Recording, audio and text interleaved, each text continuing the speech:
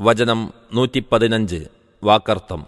അഫഹസിബ്തും, അപ്പോൾ നിങ്ങൾ കണക്കാക്കിയോ, വിചാരിച്ചിരിക്കുകയാണോ, അന്നമാ ഖലഖ്നാക്കും, നിശ്ചയമായും നാം നിങ്ങളെ സൃഷ്ടിച്ചിരിക്കുകയാണെന്ന്, അബസൻ, വൃഥ, വെറുതെ, വ അന്നക്കും, നിങ്ങൾ ആണെന്നും, ഇലൈന, നമ്മുടെ അടുക്കലേക്ക്, ലാ തുർജഊൻ, നിങ്ങൾ മടക്കപ്പെടുകയില്ല എന്നും. أفحسبتم أنما خلقناكم عبثا وأنكم إلينا لا ترجعون. അപ്പോൾ നിങ്ങളെ നാം വൃഥ സൃഷ്ടിച്ചതാണെന്നും നിങ്ങൾ നമ്മുടെ അടുക്കലേക്ക് മടക്കപ്പെടുകയില്ലെന്നും നിങ്ങൾ കണക്കാക്കിയിരിക്കുകയാണോ? വചനം 116 വാക്കർത്ഥം. ഫതആല, എന്നാൽ അത്യുന്നതനാകുന്നു, അല്ലാഹു, അല്ലാഹു, അൽ മലിക്കു, രാജാവായ, അൽ ഹഖു, യഥാർത്ഥത്തിലുള്ളവനായ, സ്ഥിരമായുള്ളവനായ, ലാ ഇലാഹ, ഒരു ഇലാഹും അഥവാ ആരാധ്യനും ഇല്ല, ഇല്ലാഹുവ, അവനല്ലാതെ, റബ്ബുൽ അർഷി, അർഷിൻ്റെ നാഥനാണ്, അൽ കരീം, ബഹുമാനപ്പെട്ട. فتعالى الله الملك الحق لا إله إلا هو رب العرش الكريم.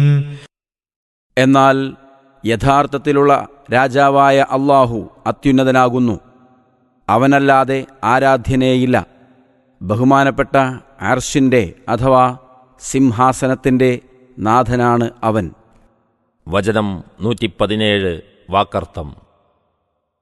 വമയ്യദുഉ, ആരെങ്കിലും വിളിച്ചാൽ, പ്രാർത്ഥിച്ചാൽ, മഅല്ലാഹി, അല്ലാഹുവോടൊപ്പം, ഇലാഹൻ ആഖറ, വേറെ ഇലാഹിനെ, ലാ ബുർഹാന, രേഖയില്ല, തെളിവില്ല, ലഹു, അവന്, ബിഹി, അതിന്, ഫഇന്നമാ ഹിസാബുഹു, എന്നാൽ അവൻ്റെ വിചാരണ, ഇൻദ റബ്ബിഹി, അവൻ്റെ റബ്ബിൻ്റെ അടുക്കൽ തന്നെയായിരിക്കും, ഇന്നഹു, നിശ്ചയമായും അത്, കാര്യം, ലാ യുഫ്ലിഹു, വിജയിക്കുകയില്ല, അൽ കാഫിറൂൻ, അവിശ്വാസികൾ. ومن يدع مع الله إلها آخر لا برهان له به فإنما حسابه عند ربه إنه لا يفلح الكافرون.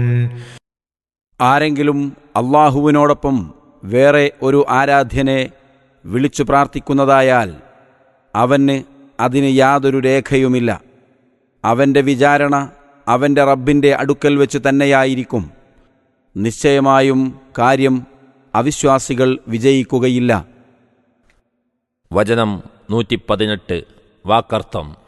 വഖുൽ, പറയുക, റബ്ബി, റബ്ബേ, രക്ഷിതാവേ, യഗ്ഫിർ, പൊറുത്തു തരേണമേ, വർഹം, കരുണയും ചെയ്യണമേ, വ അൻത, നീയാകട്ടെ, ഖൈറുർ റാഹിമീൻ, കരുണ ചെയ്യുന്നവരിൽ ഏറ്റവും ഉത്തമനാണ്. وقل رب اغفر وارحم وأنت خير الراحمين.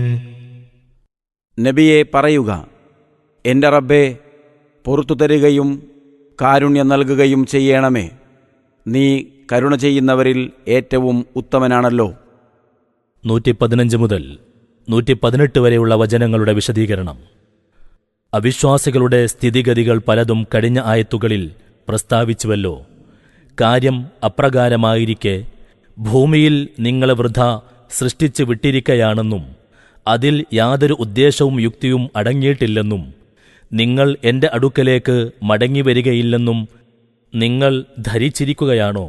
അഥവാ ആ അല്പകാല ജീവിതം കേവലം പ്രവർത്തനത്തിൻ്റെയും പരീക്ഷണത്തിൻ്റെയും കാലമാണെന്നും സാക്ഷാൽ ഗുണദോഷഫലങ്ങൾ അനുഭവിക്കുന്ന ജീവിതം പരലോക ജീവിതമാണെന്നും നിങ്ങളെ ലക്ഷ്യസഹിതം ഉത്ബോധിപ്പിച്ചിട്ടും നിങ്ങളത് വിലവെക്കുന്നില്ലേ? എന്നാൽ നിങ്ങൾ മനസ്സിലാക്കണം, അനശ്വരവും യഥാർത്ഥവുമായ അസ്തിത്വമുള്ളവനും സർവാധിരാജനും ഏക ഇലാഹുമായുള്ളവൻ അല്ലാഹു മാത്രമാണ്. അഖിലാണ്ഡത്തിൻ്റെ സിംഹാസനാധിപതിയും അവൻ തന്നെ. എന്നിരിക്കെ മറ്റൊരു ആരാധ്യനെ അഥവാ ഇലാഹിനെ സ്വീകരിക്കുന്ന പക്ഷം അത് തികച്ചും നിരർത്ഥവും അന്യായവുമായിരിക്കും. ആർ തന്നെ അത് പ്രവർത്തിച്ചാലും അവൻ തക്ക ശിക്ഷ അനുഭവിക്കേണ്ടി വരും. ഈ യാഥാർത്ഥ്യത്തെ ലംഘിക്കുന്ന അവിശ്വാസികൾ ഒരിക്കലും വിജയിക്കുകയില്ല. ഈ സൂറത്തിന്റെ ആരംഭം തീർച്ചയായും സത്യവിശ്വാസികൾ വിജയിച്ചിരിക്കുന്നു, ഖദ് അഫ്ലഹൽ മുഅ്മിനൂൻ എന്നാണല്ലോ. അത് അവസാനിപ്പിക്കുന്നതോ നിശ്ചയമായും അവിശ്വാസികൾ വിജയിക്കുകയില്ല, ഇന്നഹു ലാ യുഫ്ലിഹുൽ കാഫിറൂൻ എന്നുമാണ്. എടുപ്പും വെപ്പും തമ്മിലുള്ള പൊരുത്തം നോക്കുക. ഏറ്റവും അവസാനമായി അള്ളാഹുവിന്റെ പക്കൽ നിന്നുള്ള പാപമോചനത്തിനും കാരുണ്യത്തിനും അപേക്ഷിച്ചുകൊണ്ട് അവനിലേക്ക് മാത്രം പ്രാർത്ഥന അർപ്പിക്കുവാൻ റസൂൽ സല്ലല്ലാഹു അലൈഹി വസല്ലം തിരുമേനിയോട് ഉപദേശിക്കുകയാണ്.